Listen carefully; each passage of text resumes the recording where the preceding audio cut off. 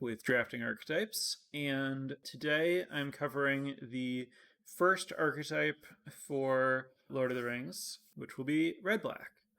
So, as always, you can follow along with my notes that I've prepared for this episode at patreon.com/draftingarchetypes if you are a patron of sufficient standing there. And getting right into it, based on the very, very early data. So we're like, a day plus the early access into this format. So all the sample sizes are really small. But based on the early data, red-black is both the most drafted and winningest archetype. So, it would make sense, of course, if something were underdrafted and winning a lot, that it could easily self-correct and, might not mean a lot that it was doing well early. But because this is drafted heavily and still winning, it's going to be a little bit harder to correct. And even if it can be corrected, it really speaks to just how strong these colors are. So as far as just like what are the best colors, which, one way in which that's relevant, regardless of what happens with correction in a draft, is what you should expect to see and to try to build if you're playing sealed.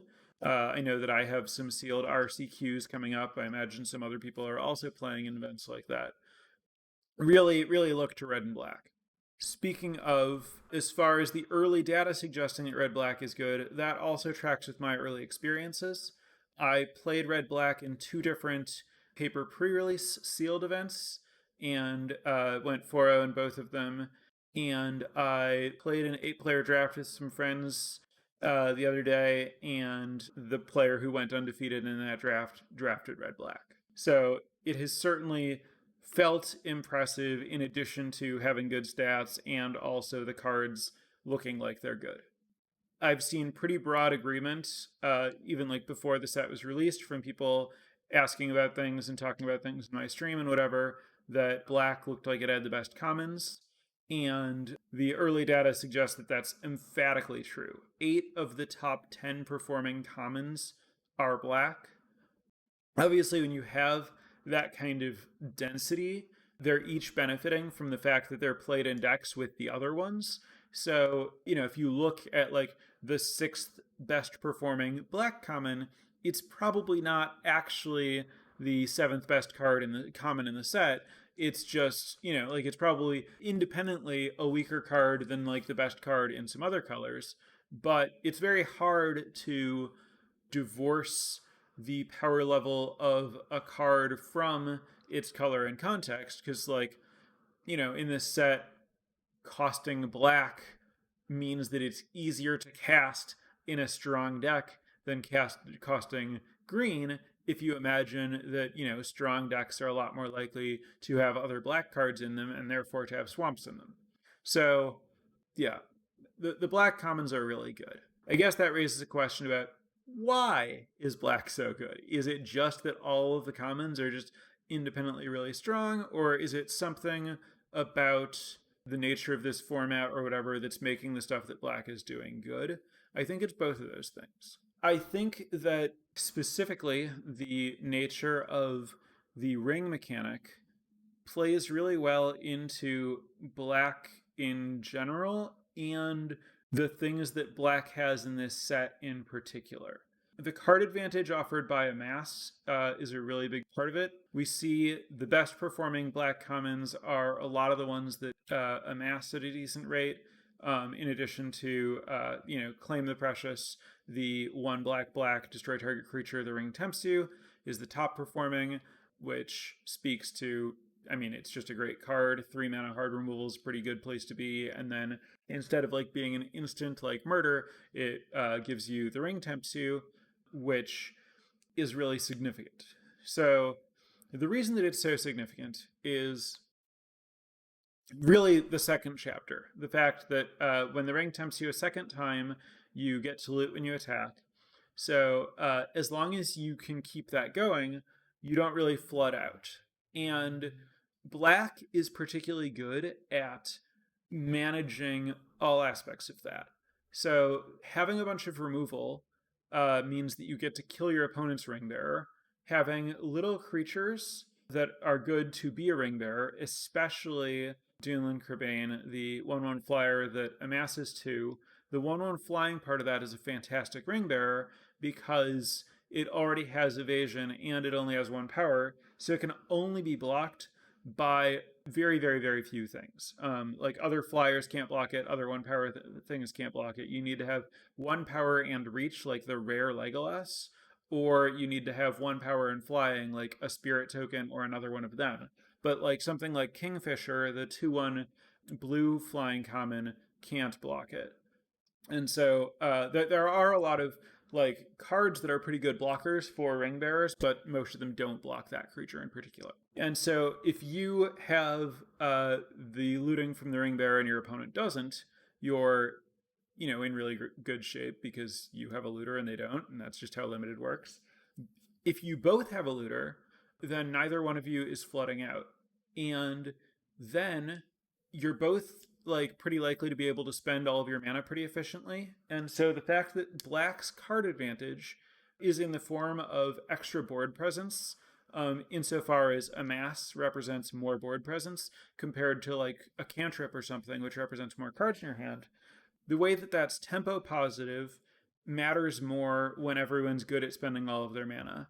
But then also, like, the no wrong threats, only wrong answers thing means that like sometimes you can draw like a removal spell or something that doesn't line up well, but with the ring that's a lot less possible. And I think just in general, like a bunch of looting kind of leads into a small game, especially like a low resource game, because people tend to discard extra lands.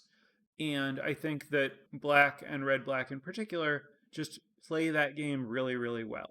You get to like dig for your stuff to disrupt their engines while you're just kind of accumulating value generically. And black's thing being a mass is just this generically good extra object. There are some synergies with it, but you don't need any of them to make it matter.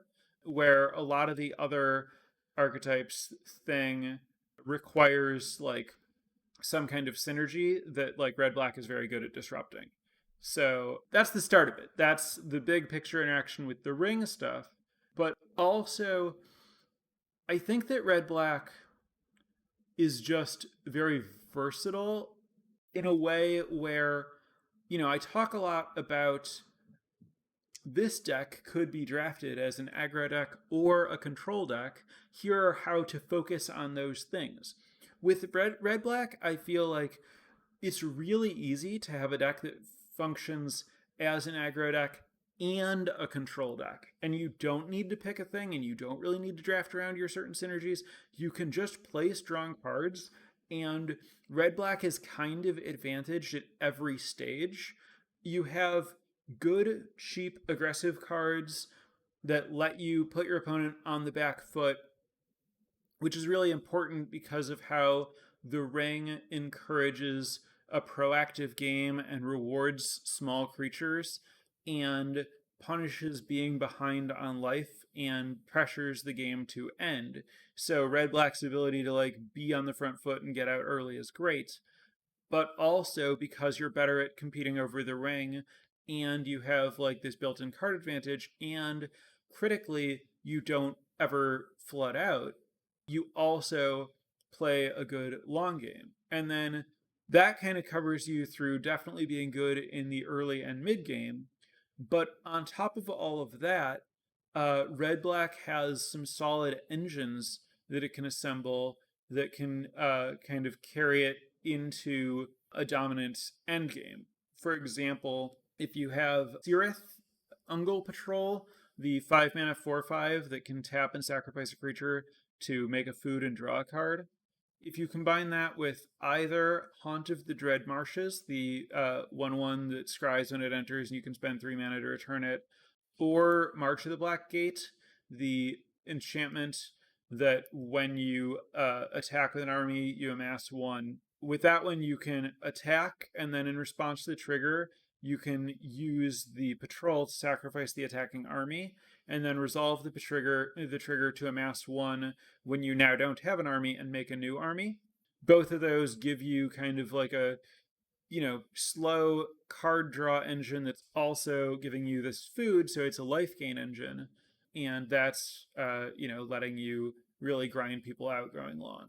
That combo involves just having two cards in your deck that are both like not anywhere near the best black cards. In fact, they're both cards that have been going later than eighth pick, but you don't need to totally draft around it or anything. You can just include those two and then happen to be able to slide into that if the game goes that way. Alternatively, they're just normal creatures in your deck, and you can most of the time play just like a normal aggro game. And if you're worried about that getting disrupted, you have Sam's Rescue to raise dead to get back your patrol if the game is going that way. And like the rescue, also just in general, the combination of rescue with a land cycling creature gives you the ability to get your tempted stuff going early. It lets you use your raise dead at the beginning of the game, and it can function either as an extra land or an extra creature depending on which you need. So I've been really impressed by the raised dead in this format, both because of how good tempting is and because of how much better it is in a format with land cyclers, which again is kind of speaking just to the strength of black. While talking so much about black's commons, notably the Black Breath, the sorcery that gives your opponent's creatures -1/-1, and the ring tempts you, is the only common I'd really consider unplayable. Mortar Trebuchet currently has the worst win rate among the other commons by a significant margin, and I've had good experiences with Mortar Trebuchet. When talking about engines, Mortar Trebuchet is another card that can let your Ungol Patrol draw a card every turn by sacrificing the boulder, and it blocks ring bearers pretty well. It combines well with the bats because you get 2 extra damage out of like making the boulder and sacrificing the boulder, and that's as bad as it gets. That and Orcish Medicine, the 2 mana amass one that gives indestructible or lifelink. Not a very good trick, but not embarrassing to put in your deck. So black is has the best commons, but it's also just extremely deep. Notably, Mirkwood Bats is probably black's biggest trap common. Like, it was a card that I think was hyped a lot early on, and in practice, it is the 5th highest picked black common so far among early data, and the 5th worst performing. Notably, it pairs a lot worse with a mass than you might, initially expect it to. You might see all these cards in your deck that make tokens and think, oh, this is like a lot of stuff that's going to work with this bat. But in practice, a lot of the time your amass is just going to make the army that you have bigger, and then you're not getting those extra bat triggers that you might have been expecting. And outside of amass, black isn't really that great at making tokens. There are some, decks and some cards that pair well with Mirkwood Bats, but overall, I would definitely say it's a little overhyped. On the other end of the spectrum, Shelob's Ambush, the black instant that gives a creature +1/+2 and Death Touch and makes a food, and the Torment of Golem, the 3 and a black sorcery, amass 2, look at your opponent's hand, make them discard non-land, are both really strong cards that are being taken later than 8th pick. Shelob's Ambush is just really efficient trick, especially when black has so many like easy fodder creatures. It's very easy to make the ambush function like the Lash, the black sacrifice a creature, kill a creature sorcery, except the ambush also makes a food, and sometimes it wins a combat. Like, it's not that hard for 2 extra toughness to save your creature. And then also being an instance, is nice. Requiring that your creature get into combat is a significant drawback. I'm not saying it's strictly better, but it is, pretty reliable way to do the thing it is doing. Strong card. And Torment of Golem has just been fantastic for me. The information, the discard, amass 2 is, gives you a real body. I like everything that's going on with those cards. So this whole time I've been talking about black. And obviously, this, while black is kind of the star of the show here because it has such great commons, this is about black with red. So, what's going on with red here, and why is red the best color to pair with black? First off, just this, this isn't. It's a bit of a weird place to start, but while talking about like the strength of the commons, red's commons aren't that amazing, and somewhat surprisingly, Smite the Deathless, the 3 damage spell that exiles the creature that it kills, 2 mana instant. Highest pick common, not surprisingly, definitely reads, like the kind of card that's normally red's best common, is not the best performing common. The best performing common is Rally at the Hornburg. 2 mana, make 2/1/1 humans, then give all of your humans haste until end of turn. That card is really, really good. It's 2 hasty damage that also gives you more bodies that can attack. If you play it later on with another human, it also gives that other human haste. It's particularly game winning basically anytime you have the uncommon 4 mana 3/3 that pumps your team whenever a human comes into play. Whether you play them in the same turn or different turns, it's just overwhelmingly likely that you win the game when you give all of your creatures +2/+2 or +2/+0 or more than that, and give them all haste and make 2 extra bodies. So like that combo is super, super real. Rally at the Hornburg is currently getting drafted pretty late, like 7th pick on average or something. So I could see those balancing out a little. Rally might not continue to be the best common, but it wouldn't surprise me if it does. I think Rally and Smite are pretty close. More surprising is that the 5 mana 5/4 that amasses 2 whenever a 4 or greater power creature you control dies, and Quarrel's End are also currently ahead of Smite the Deathless. Notably, the War Beast is with an extremely small sample size, and I would not take that particularly seriously. But Quarrel's End, the 3 mana Tormenting Voice type card that makes a human, so 3 mana, discard a card, draw 2, make it 1/1 human token, is currently performing better than Smite the Deathless. Somewhat smaller sample size, again, also taken much later. Very much expect that Smite the Deathless is the better card, but worth noting that Quarrel's End is good. I've been very happy with it when I've played it. The body's nice, the card selection's nice. So while black has the best commons, the cards that I've listed as being close to Smite the Deathless, like they're notable because it's surprising that they're like that high up, regardless of whether Smite's better. Like these are really, even if what's going on is Smite is not as good as you might expect, like are these really the next best red cards? These seem really unimpressive compared to the black cards. What's going on with red is while black has the best commons, red has the best uncommons. So your deck is going to be mostly black commons, but the red uncommons are a huge draw. Black has the best performing uncommon in Voracious Fell Beast, the 5 mana 4/4 flyer that makes your opponent sack a creature and then makes food.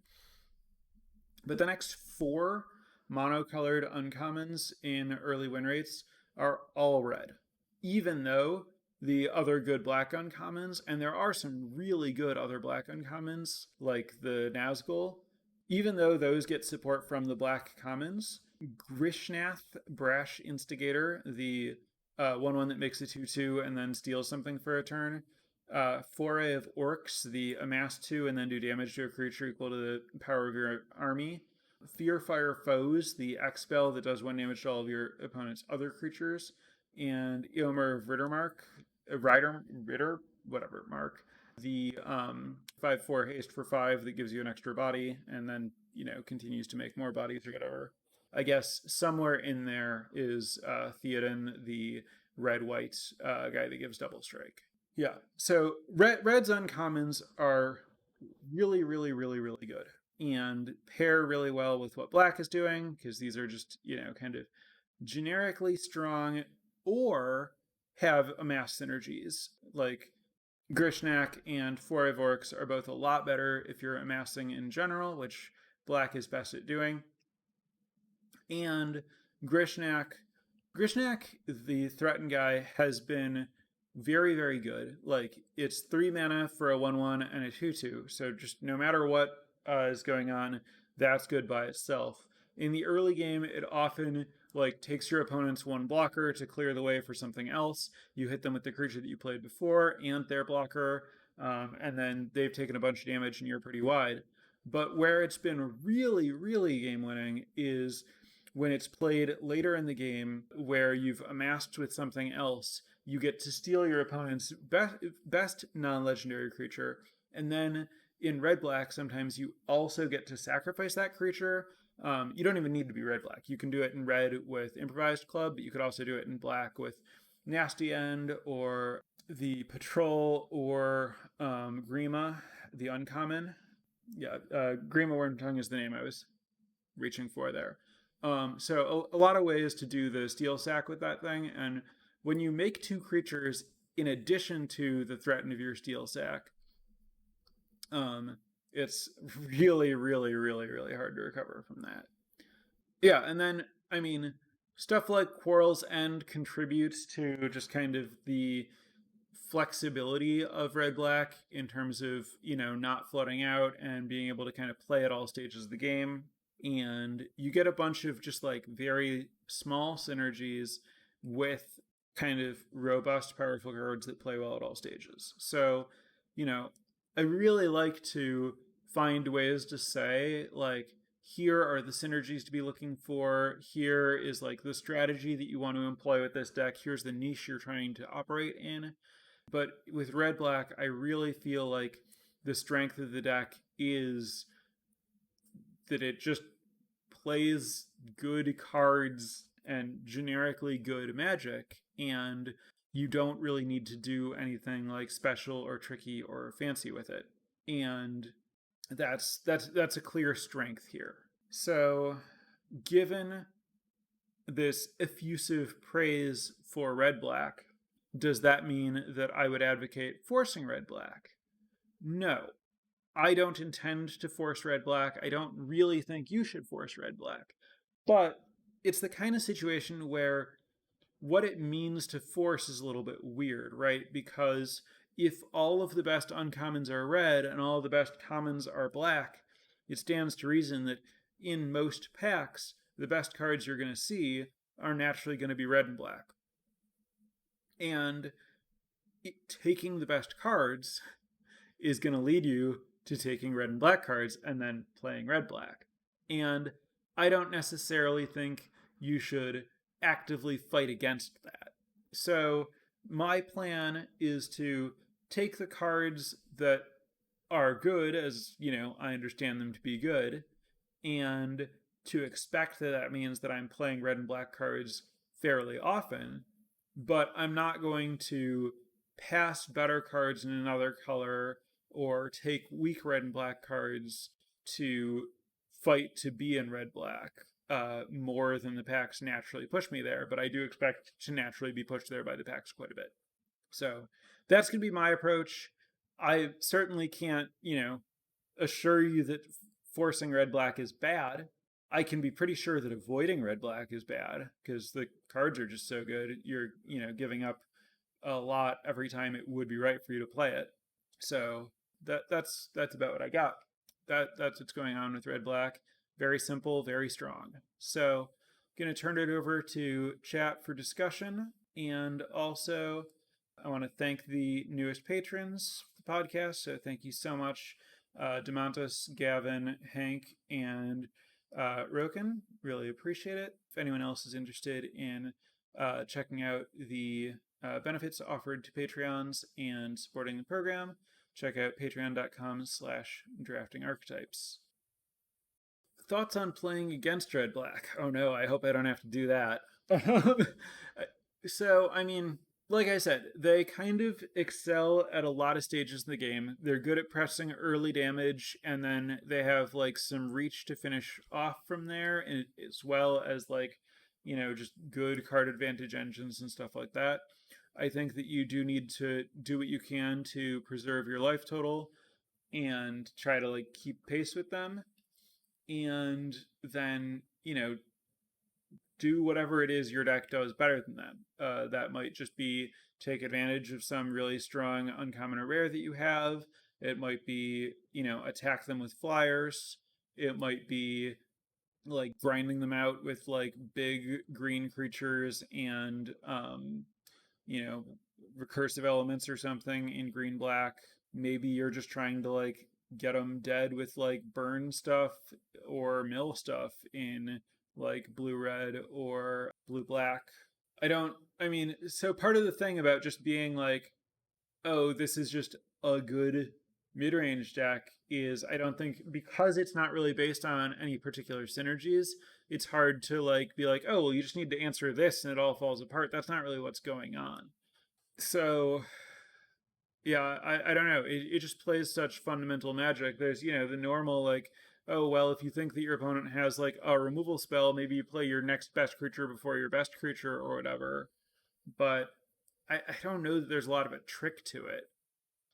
Curious what you think about the tension between sacking armies and growing them and a color pair that rewards attacking with them. Yeah, I think a lot of that is matchup dependent, like I was just talking about, where you need to think about like what your opponent's answer to a big army is going to be and you know what value you're getting out of like trading off the army repeatedly versus like trying to grow it. A lot of that's going to be like very very contextual. Again, I largely think it's a strength of red black that you often have like the option about like what you're trying to do with it, right? But as far as like generally how you should err there, it's tricky outside of, you know, if you're think about whether your opponent's colors let them deal with a big army, and if there are very few ways for them to do it, then work harder to make a big army.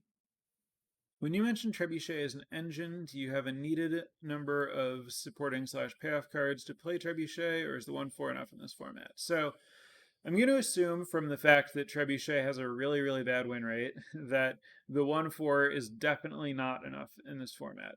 It is a format that should be kind of nice for 1/4s because blocking ring bearers is pretty good, except that once their ring gets to level 3, blocking their ring bearer with a 1/4 is atrocious.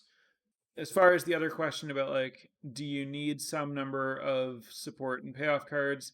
Yes, you definitely do. You need to be pretty good at amassing and maybe also less most important to just be good at amassing so that you can make the 2/1 flyer. Once you've done that, you could get extra value out of it, or your trebuchet is just like a decent damage source at that point. I wouldn't like think about playing trebuchet unless I was very good at amassing. How good is very good? I don't know that. I just need to know that like when I look at my deck and I imagine the way my games are going to play out, most of the time there's going to be an army in play and it's going to be able to attack. Because if you aren't able to attack with the army, the trebuchet is quite bad. So note that blocking ring bearers is only really important if they have the ring maxed. There's some truth to that in terms of like the small ring bearers aren't pressuring you that much if the ring's not doing 3 extra damage to you. But I think that there are a lot of games where the ring stops at 2 and like stopping them from being able to get a free attack that lets them loot is still a big deal. So I do think that like thinking about how you're going to stop your opponent's level 2 ring bearers from attacking is an important consideration in the format. But doing it with, you know, creatures, like doing it with a 1/4 that may or may not be able to stop them from attacking, like you don't care about the damage, right? You care about making it so that they can't attack to get the loot, which the 1/4 might not be good at doing even if it is stopping the damage. So there, I think like the range where it's really providing a lot of utility as a blocker is a little too narrow. What are your thoughts on the red, black, gold cards? Any non red, black, gold cards that you would work to splash in a red, black shell? I think the red, black, gold cards are both good. I think that the 2 mana, like, they're both good, not great. The 2 mana, 2/2 menace that makes your amass stuff bigger has been really good for me, but its win rate isn't incredible or anything. And then the 4 mana, 3/3 that grows when your stuff dies. A little slower, a little more conditional, a little clunkier, but I have seen it be a significant presence, I guess. I think it's, you know, fine more than amazing. As far as splashing, it's a deck that can splash, but not a deck I'm eager to splash in. I think like the green-black uncommons, both of them are reasonable cards to splash in general. I think I like the sorcery more than the creature. I could see splashing Mouth of Sauron, the 5 mana 3/4 that mills someone and then amasses. For the most part, I don't think I really want to splash because I do think a lot of the strength of red black is that it plays out really smoothly and has those good aggressive starts. And so even if your deck doesn't have to be aggressive, I do generally want to build my red black deck so that like they can get those free wins where like their opponent stumbles and they come out well. So even though it doesn't like, even though I think of it as more of a mid-range deck, I want it to be a mid-range deck that can play an aggro game in a way that makes me want to avoid splashing. Is it more likely to get into by getting a red common early or into deep into black pack 1, and which has the better pivot?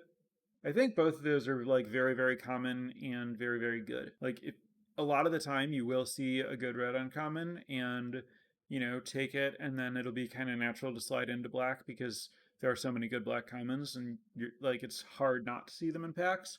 And other times like you won't see a good uncommon or you'll see a good black uncommon and then you'll just take black cards for a while. And both of those can pivot out pretty easily. I mean, like, if you're just taking black, then you can easily pivot into any secondary color. If you just have a good uncommon, then you can easily switch into a different color that uses that uncommon or just splash that uncommon. Given that the idea here is just draft the good cards, I think that you can execute the draft the good cards strategy in a way that naturally pivots when you see good cards. And given that like this archetype isn't all that like parasitic or linear or whatever, I think it's just always going to be pretty easy to pivot because you're just taking independently good cards. How do you prioritize which of the red-black removal to pick over another one when multiples show up in the same pack? I would just default to taking the best one, mostly regardless of which you have, where like Claim the Precious is the best, followed by Smite the Deathless. Then there's like, I guess in general, the like sack a thing deal 4 is better than the sorcery speed sack a thing kill a thing. When in doubt, just go by 17 lands win rate for each of them. They're all just removal spells. The best removal spell is just kind of generally going to be the best removal spell because it doesn't matter as much how the removal spell lines up with the rest of your deck as how it lines up against your opponent's deck, unless it's like one of the sack things, and you can kind of tell if your deck is like good at having a thing to sacrifice. I think I'm going to wrap it up there. So thank you everyone for listening. Last week, I said that I wasn't sure if I was going to try to do another overview or get into a single archetype. I decided that I don't know that there was all that much to talk about in an overview, and the sooner I got into archetypes, the sooner I got more archetypes covered. So I figured I would, strike while the iron is hot in terms of, getting out the information about the best archetype as soon as possible in the format. I think I'm going to be able to have a poll up for the next episode that may only be a poll between a few of the archetypes, but I'll certainly be able to give the patrons some choice about what I talk about next. And yeah, I'm looking forward to exploring the set some more now, and I'll see you again next week. Thanks for listening, and bye for now. Prepare for light speed.